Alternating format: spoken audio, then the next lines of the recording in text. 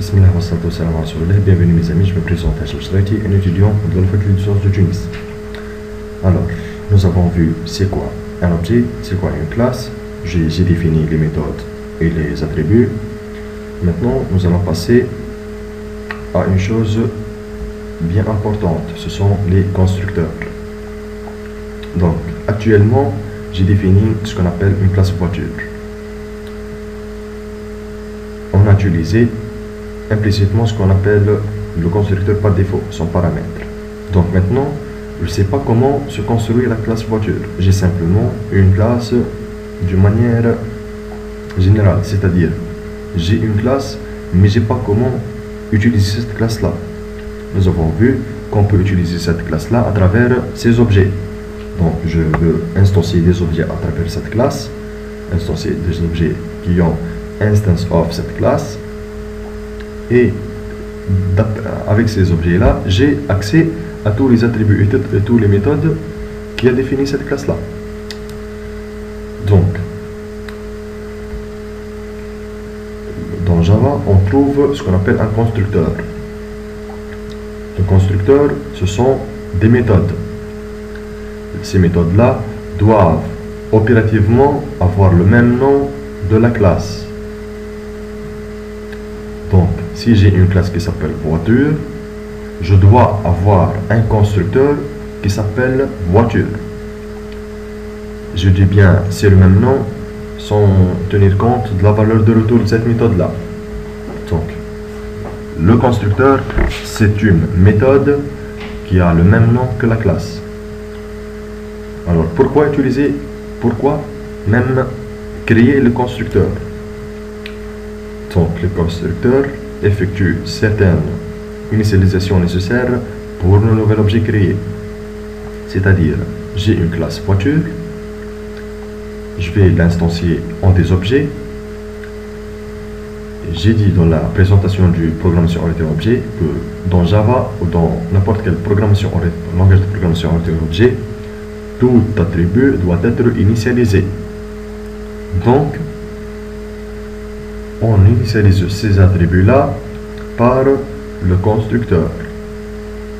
Donc, ce constructeur-là fait l'initialisation pour tout nouvel attribut créé. Donc, toute classe Java possède au moins un constructeur.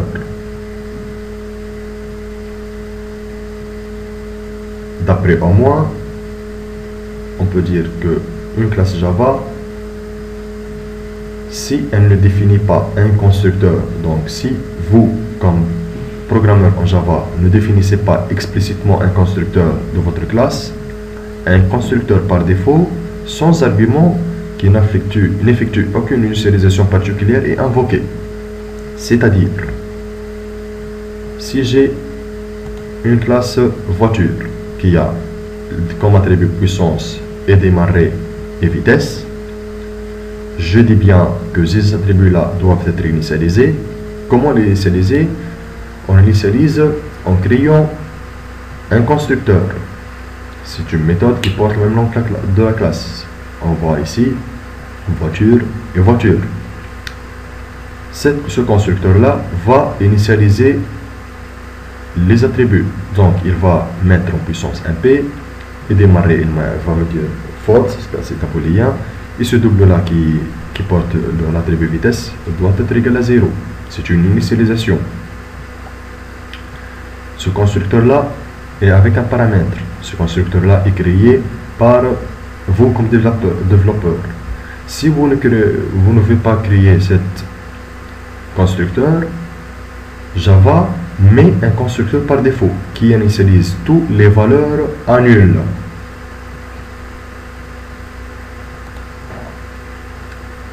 Donc, le rôle d'un constructeur est initialiser les objets, initialiser les attributs des objets. Donc, lorsqu'on doit créer un objet sans pouvoir décider des valeurs de ces attributs au moment de la création. Par exemple, j'explique. Si je vais créer des objets de la classe voiture, donc ici je définis mon constructeur. c'est le constructeur par défaut que Java le met implicitement, qui initialise ces valeurs avec ces attributs avec ces valeurs-là.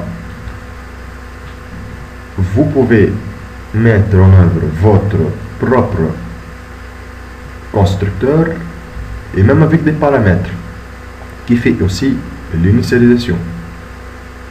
Donc, d'une manière générale, un constructeur, c'est une méthode qui porte le même nom de la classe.